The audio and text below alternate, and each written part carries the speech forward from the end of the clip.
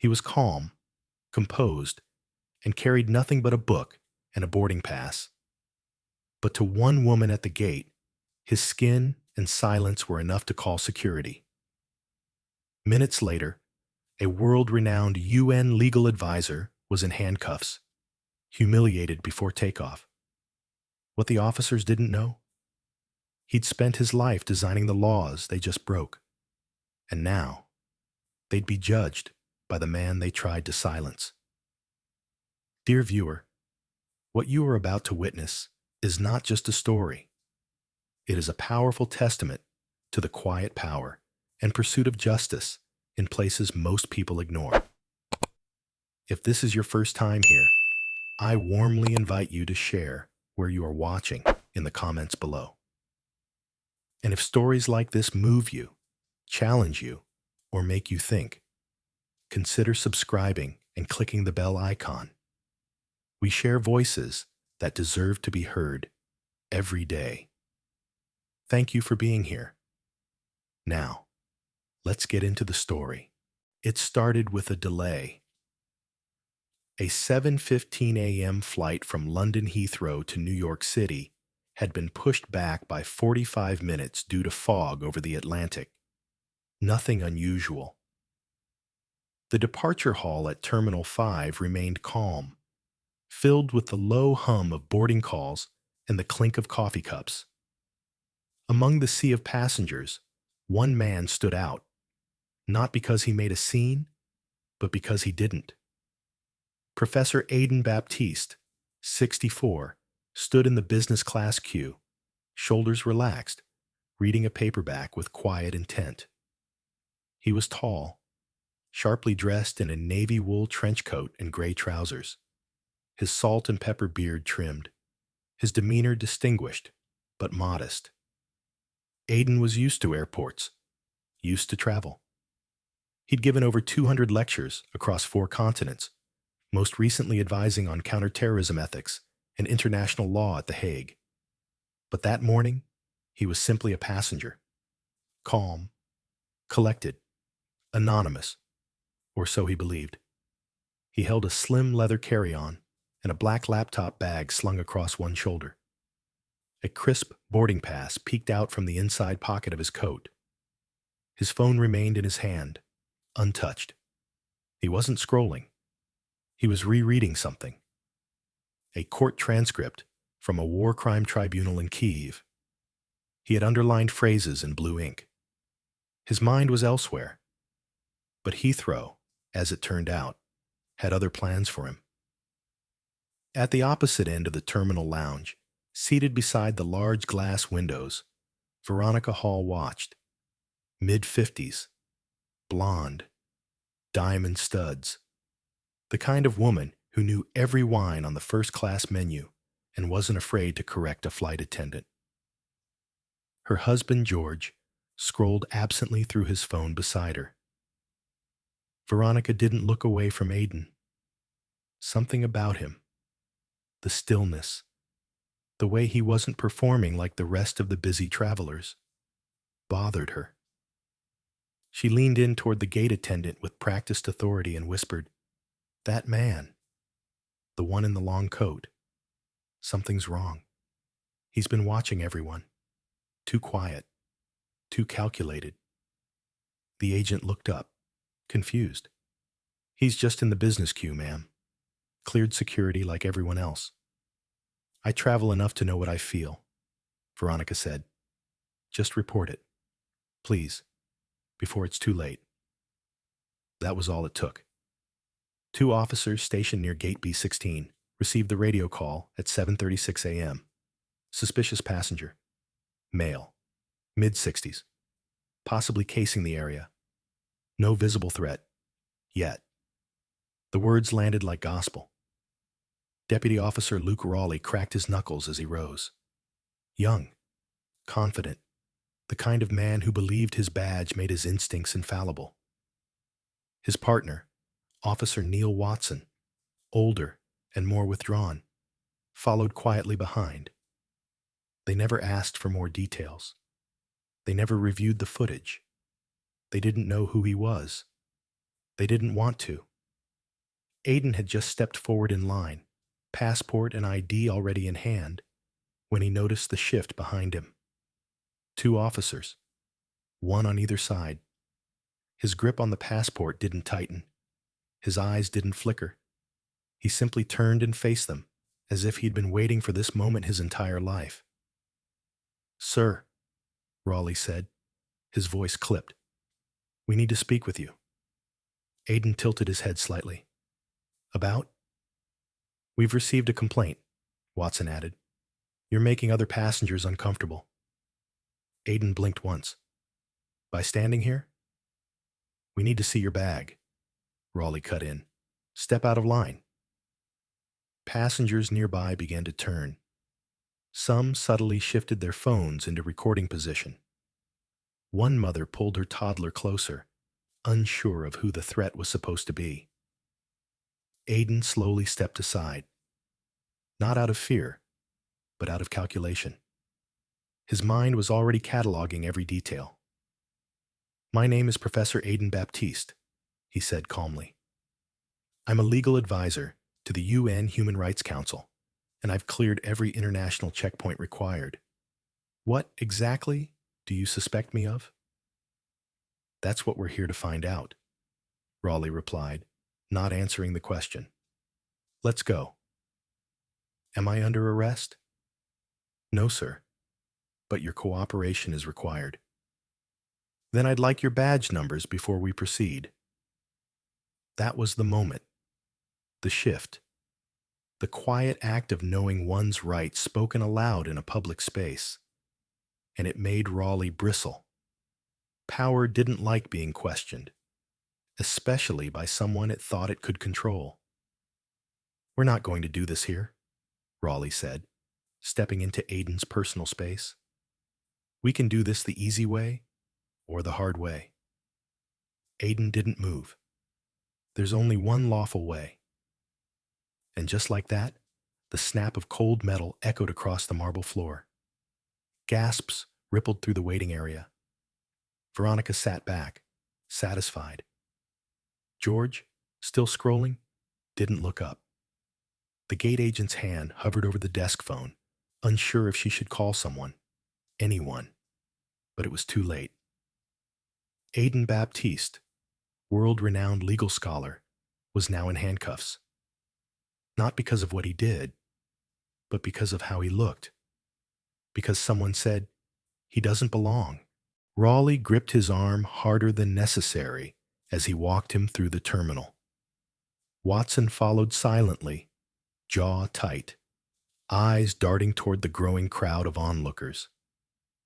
The man they had just detained hadn't raised his voice, hadn't resisted, hadn't even flinched. But what they didn't know, what they hadn't even thought to ask, was who he really was. And before the hour was over, they'd regret it more than they could imagine. The hallway to the airport security office felt colder than the rest of Heathrow. Not because of the air conditioning, but because of what it now represented.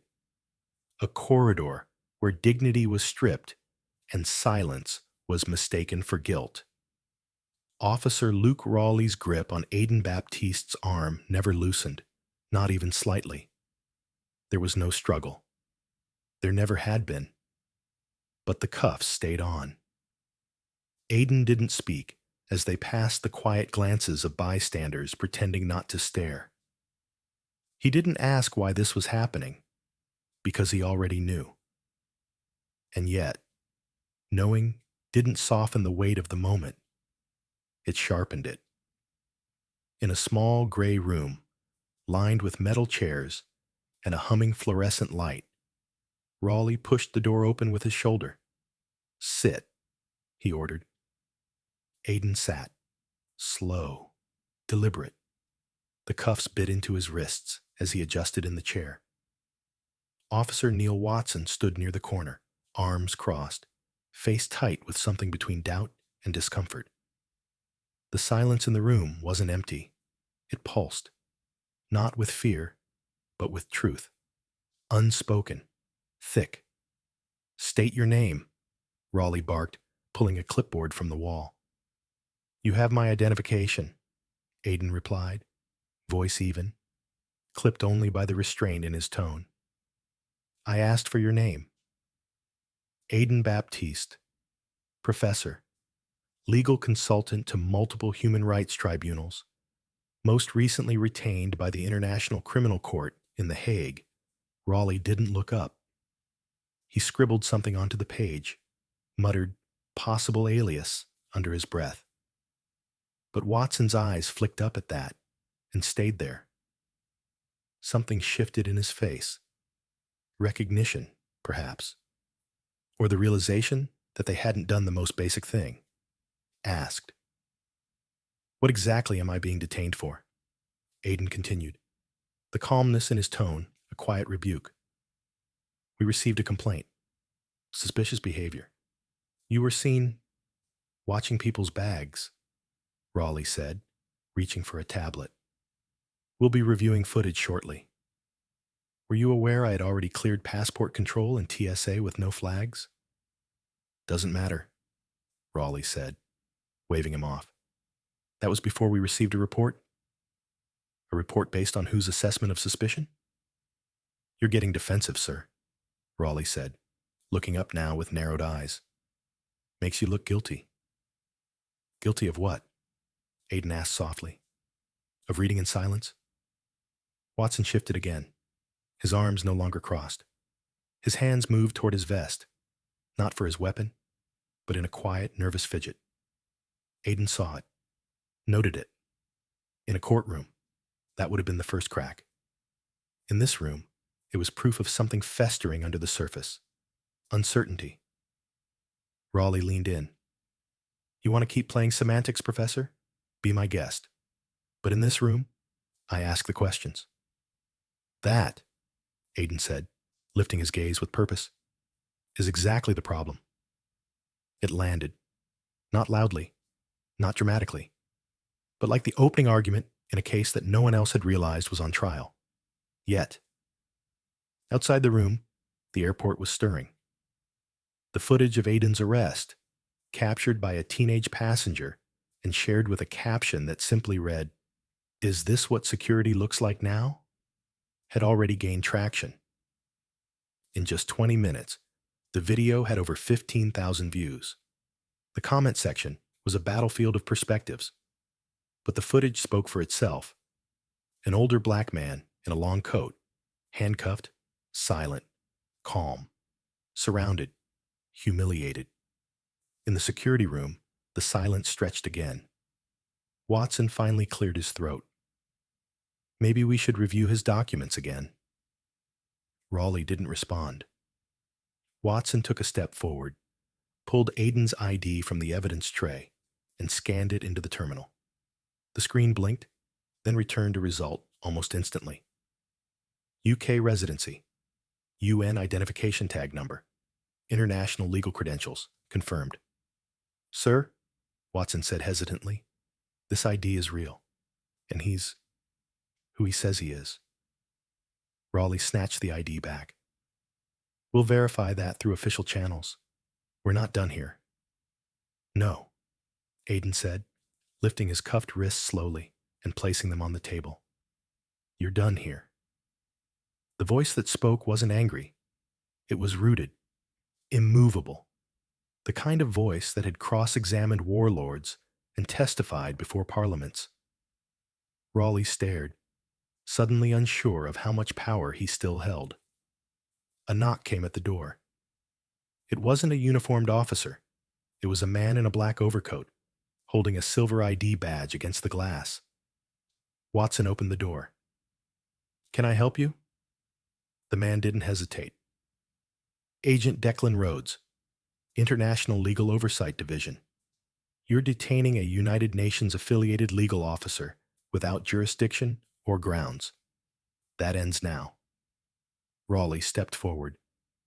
"We're conducting an internal investigation."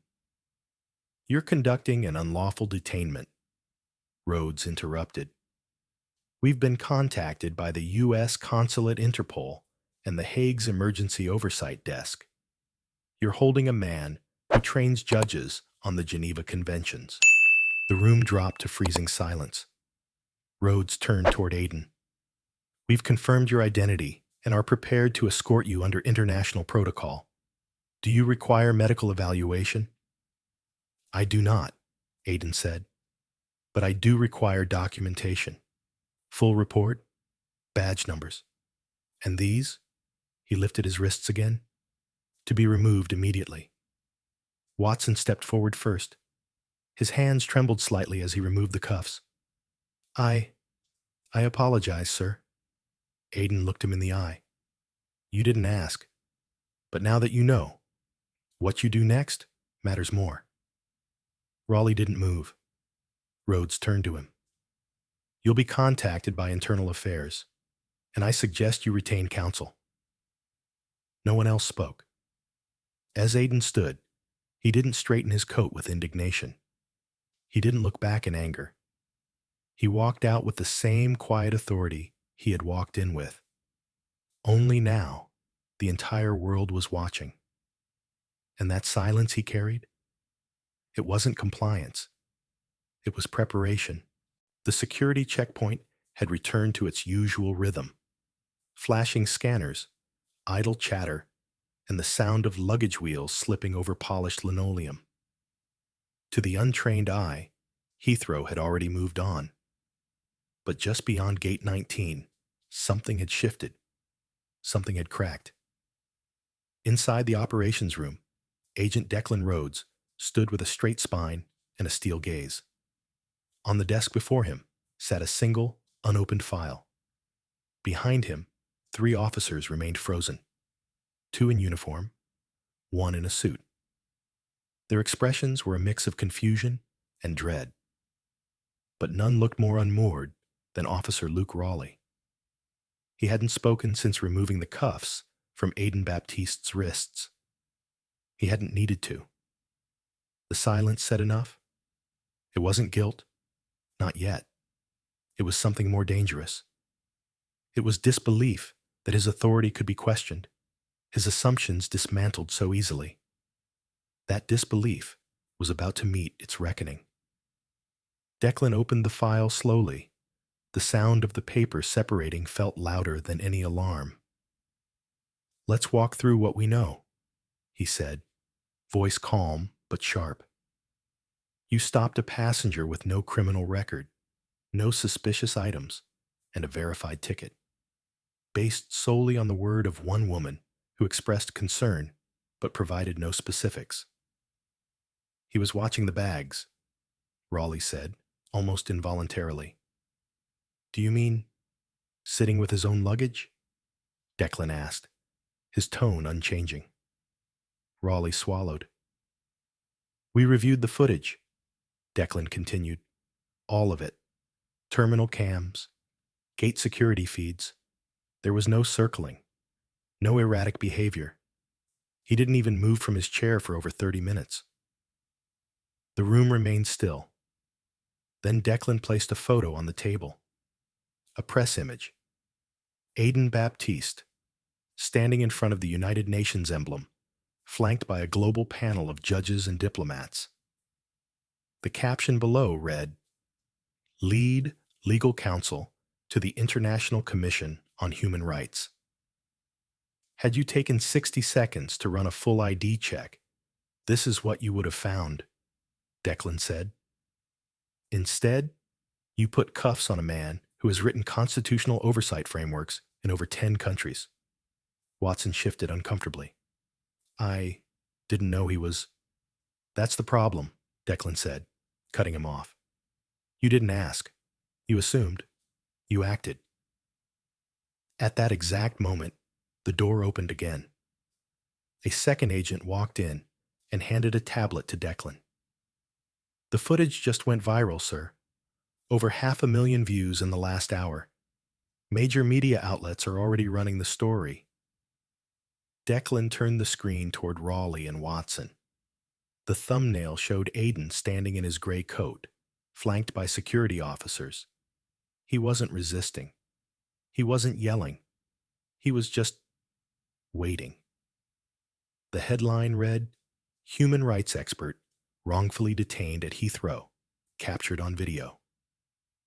Outside the operations room, passengers who had recorded the arrest were now uploading clearer angles. Witnesses were tagging journalists.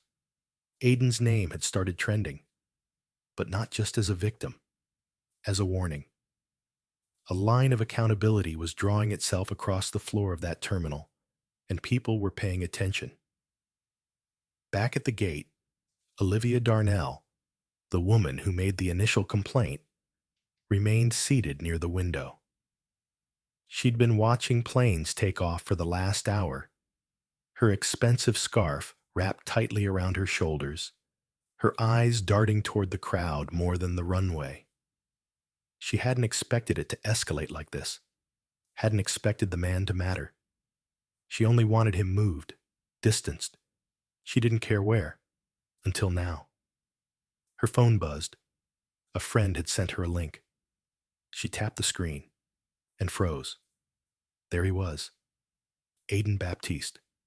His full credentials, his affiliations, even a short clip from a TED Talk he had given just a month earlier on racial profiling in European transit hubs. The irony made her stomach turn. Around her, murmurs began to ripple.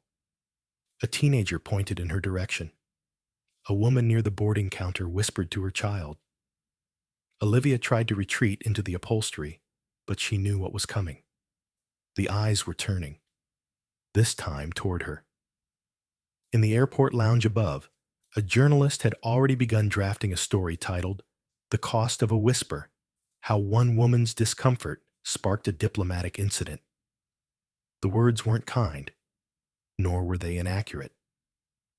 Downstairs, Declan had turned to Aidan once again, this time in full view of staff and two newly arrived representatives from the airport's legal department. "Mr. Baptiste, do you wish to make a public statement?" Aidan stood slowly, his posture straight, his eyes clear. "Not yet," he said. "There's something more important than what I have to say." "And what's that, sir?" one of the legal reps asked. "That you listen," Aidan replied. "Not just to me, but to the fact that your system allowed this, enabled this. And unless that changes, this won't be the last time." The silence afterward was immediate, but not empty. It was agreement, resigned, acknowledging. And then Declan raised his voice just slightly. "For the record," he said, addressing the officers in the room, "this is Aidan Baptiste, legal advisor to the United Nations, professor of international law, and decorated recipient of the Global Human Rights Medal." Raleigh exhaled like he'd been punched. Watson sat down. Aidan turned and walked toward the exit. This time, no one reached for him. No one blocked his path. The cameras followed, not for spectacle, but for accountability. And as he stepped back into the light of the terminal, everything changed. It wasn't just a name anymore. It was a message. And it had been heard. The room was sterile, clinical. Its walls a muted beige that tried and failed to make anyone feel at ease. At the far end of a long conference table sat Aidan Baptiste, his hands no longer bound, but the skin around his wrists still bore the memory of the cuffs. Across from him were 5 federal officials, 2 from the Crown Prosecution Service, 1 from the Metropolitan Police Internal Oversight Board, and 2 legal observers dispatched by the International Civil Liberties Alliance. The air buzzed, not with noise, but with weight. The weight of something that could no longer be buried. Aidan didn't pace. He didn't lean into dramatics. He sat, spine straight, posture poised, eyes sharp. He had spent years building systems of law, untying the knotted threads of government accountability across borders. He had never expected the most personal violation of his rights would happen on British soil, at the edge of a boarding gate, and that he would be forced to recount it as a case study in front of a table of stunned bureaucrats. But this wasn't about personal closure. It was about structural reckoning. He began speaking, not with outrage, but with clinical precision. A play-by-play of what had unfolded, from the false complaint to the unverified suspicion to the exact moment he felt the cold touch of steel on his skin. His voice didn't shake. It never rose. But each word cut through the silence like a scalpel. This wasn't an error, he said. It was a process, flawed by design, defended by habit. One of the observers, a former barrister named Lynette Hayes, leaned forward. You're saying the officers didn't act alone? I'm saying they acted with the full confidence of a system that never required them to ask better questions, Aidan replied. They were taught to fear shadows, not to verify facts. Behind the glass panel in the adjoining room, 2 ethics auditors took notes feverishly. This wasn't just testimony, it was diagnosis. And Aidan wasn't there to point fingers. He was there to draw a map out of the rot. The footage had gone global. His name had become a headline. Politicians weighed in. Editorial boards issued apologies and calls for reform. But while the public raged, Aidan planned. He wasn't going to let this turn into just another viral moment. He would make it a turning point. From the inner pocket of his jacket, he removed a slim, leather-bound folder.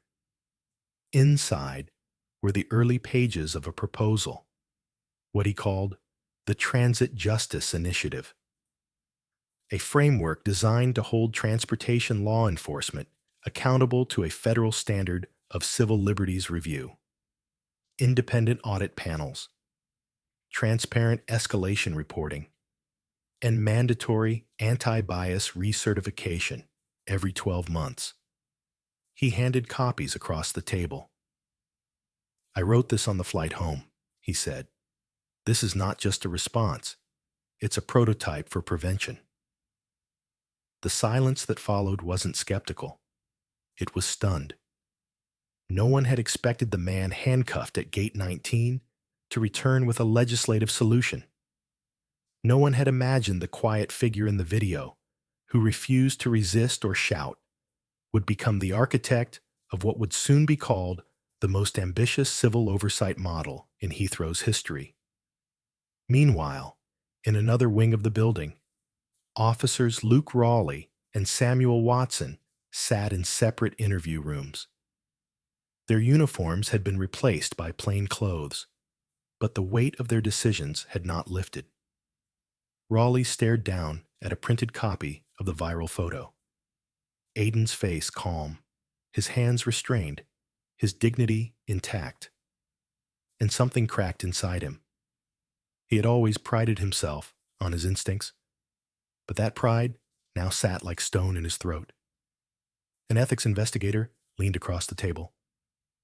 Officer Rawley, when you approached Mr. Baptiste, what did you know about him? Nothing, Rawley replied, his voice rough.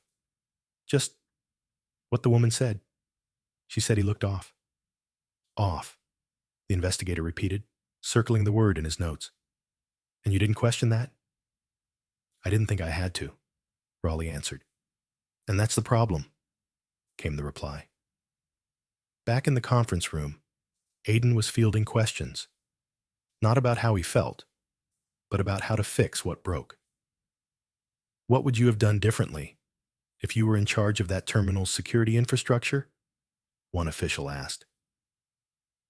I would have created checkpoints not for luggage, but for decisions, Aidan answered. Every time an officer acts on a complaint, there should be a documented chain of validation. Was there corroboration? Was the subject approached with respect? Was there escalation before inquiry? He wasn't advocating against caution. He was demanding accountability. The proposal, now spreading across departments, called for public reporting dashboards, encrypted civil rights monitoring logs, and citizen access to review complaint outcomes within 30 days. It was bold, expensive, unapologetically disruptive, and it was exactly what the moment needed. That night, Aidan returned to his hotel room overlooking the Thames. The lights of London shimmered on the surface below, a city moving on like nothing had happened. But inside, Aidan's phone pulsed with life. Dozens of emails, invitations, thank you messages, victims of similar profiling who'd never had a camera recording, law students who'd seen his footage in ethics class, retired judges offering pro bono aid for the initiative. He sat down, opened his laptop, and added the final clause to his proposal. All personnel found to have executed searches or detainment without due cause and verification will be placed on immediate suspension pending review. Then he wrote the line that would later be quoted on the floor of Parliament. We cannot fix what we refuse to document. We cannot restore trust in silence. The storm that had started at a boarding gate had now entered legislation. Not through rage, not through revenge, but through resolve. Because the blueprint of accountability, Aidan knew, wasn't built in courts or on screens. It started here, in quiet rooms, with uncomfortable truths and the courage to demand something better. And he was just getting started. The sky over the courthouse was the color of old ash, the kind that lingers long after the fire is gone, but still smells like something burned. People gathered quietly outside, not in protest, but in reflection. No chants, no placards, just the hum of stories being told. Stories about Aidan Baptiste, the man who had walked through Heathrow Airport weeks earlier, carrying only a coat, a briefcase, and a name that would rattle the pillars of systemic silence. But this was no longer just Aidan's story. The incident had detonated something far beyond the marble floors of that terminal. And now, in his wake, something larger stirred. Not rage, not vengeance, but resolve. Since the day the footage went viral, Aidan had spoken only once to the press. Not at a podium, not under lights, but in a classroom at the University of Cape Town, where he guest lectured before a room full of law students whose eyes burned with the kind of hunger that only injustice can sharpen. He didn't recount the humiliation or the bruises left by the cuffs. He spoke about structure, about erosion, about what happens when systems built to protect instead begin to presume. The question, he had said softly, isn't whether the law can be blind. It's whether those enforcing it ever learn to see at all. That quote would be printed in law journals, etched into protest signs, even tattooed on the arm of one young public defender in Atlanta. But Aidan didn't seek to be remembered as a soundbite. He sought to build something lasting, something louder than the handcuffs, longer than the news cycle. He established the Baptiste Center for Public Truth, a hybrid legal, media, and policy collective aimed at holding institutions accountable through data-backed advocacy and strategic litigation. It wasn't flashy. It didn't promise viral moments. It promised impact. Within its first 6 months, the center launched 4 major investigations into racial profiling within international transit hubs, helped overturn 2 unjust deportation rulings, and submitted legislation for mandatory oversight of passenger complaint protocols in 5 countries. But perhaps more quietly, more powerfully, it gave platform to stories like his that never made the headlines. It created a digital archive called The Silenced Files, a curated collection of civilian accounts from people wrongfully profiled, stopped, or detained for nothing more than their name, skin, or silence. The tagline was simple: "We remember loudly." Aidan spent his days differently now. He wasn't testifying in courtrooms, but training the next generation of those who would. He wasn't behind closed doors, negotiating legal language. He was standing before thousands at civic halls, community centers, even churches, translating that language into something people could carry in their pockets like armor. And through it all, he carried the same calm, the same stillness that had once been mistaken for threat now became the center of his strength. The world had seen a black man arrested without cause, but what it remembered was a black man who didn't flinch, who stared down power with grace and never once lowered his voice to be heard. Officer Luke Raleigh was sentenced. So was his partner. The system had moved. Slowly, yes, but publicly. And Olivia Darnell, the woman who set it all in motion with one calculated whisper, faced her own reckoning. Not in jail, but in the unraveling of everything she thought power could protect. Her name became synonymous with a question: what did you see? And what did it cost? The cost, it turned out, was legacy. Because Aidan Baptiste didn't just survive that airport, he rewrote the rules for what happens after. And that's a name no one will dare forget. Aidan Baptiste never walked into that airport expecting to make history. He carried no banners, issued no public challenge, and didn't speak a single word louder than necessary. All he wanted was a quiet flight and the dignity of moving through the world without being reduced to a threat. But the system didn't see Aidan's degrees, his service, or his sacrifice. It saw only his skin, his stillness, and the shadow of its own assumptions. What happened at Heathrow Airport was not an isolated incident.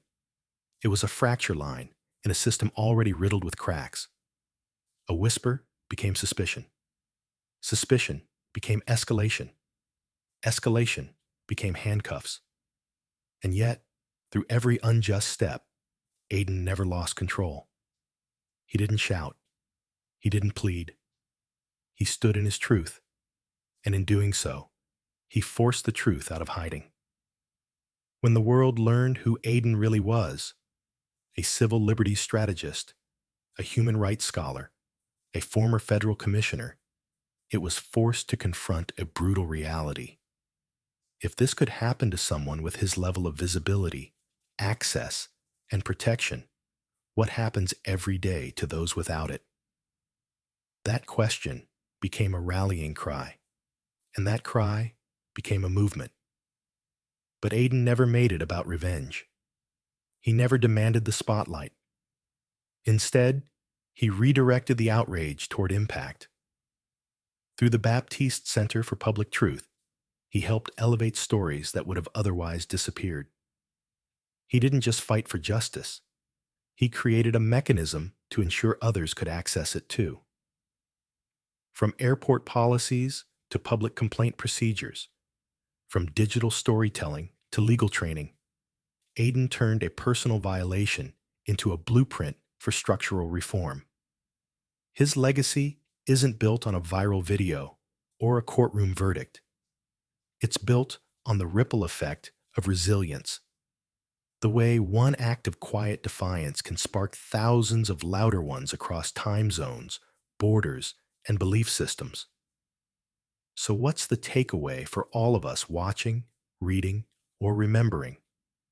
It's this: dignity isn't something we earn through titles or accomplishments. It's something we possess by birthright, and something we must protect with vigilance. In a world that still judges too quickly and listens too slowly, we each have a role to play. Sometimes it's as simple as recording what feels wrong. Other times, it's asking the uncomfortable question: what if that were me? But the deepest lesson in Aidan's story isn't just about injustice. It's about response, about how we carry ourselves when we're misunderstood, when we're profiled, when we're cornered. Aidan showed us that you don't need to yell to be heard. You need to stand. Stand in your knowledge. Stand in your grace. Stand in the unshakable belief that silence doesn't mean surrender, and calm doesn't mean weak. Let his story be more than just a moment of outrage. Let it be a mirror, a map, and a mandate. If this story moved you, if it made you pause, reflect, or feel something stir deep inside, don't let that feeling fade. Subscribe to this channel, not just to support the storytellers, but to support the stories. The ones that make us uncomfortable, yes, but also the ones that make us better. Because the fight for justice isn't won in headlines, it's won in hearts. And it starts with us, right here, right now. Let's make sure no story like Aidan Baptiste's ever gets buried again. Subscribe, share, speak, and let the next story be told not just because it's true, but because someone like you made sure it was heard.